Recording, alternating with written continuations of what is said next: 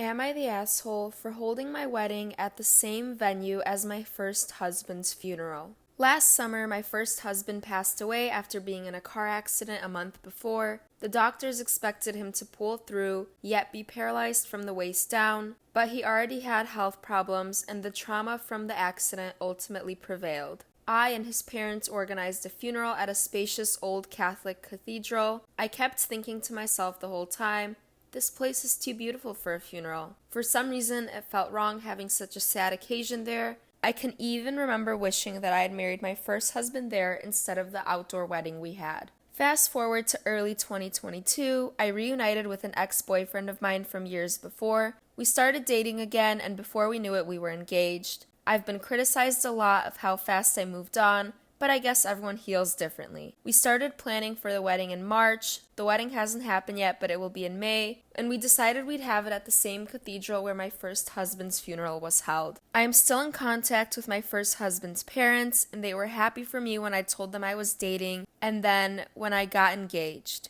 In a phone call, my first husband's mother asked about the wedding, so I said that they could come if they wanted to. She seemed a bit taken aback at first, so I totally thought I screwed up, but she said that she'd love to. Then I told her it would be held at the same cathedral as my first husband's funeral, and she went off on me. I haven't spoken to her or her husband since. I still plan on having me and my fiance's wedding there, but it just puts a bad taste in my mouth knowing that my first husband's parents are against it. After all, they aren't involved in the wedding anyways, so I don't see why they should have a say. I wish they'd at least support me because I'd been through hell and back, but this isn't that now. I'm in a better place, and they don't like to see me happy, but I also feel kind of selfish.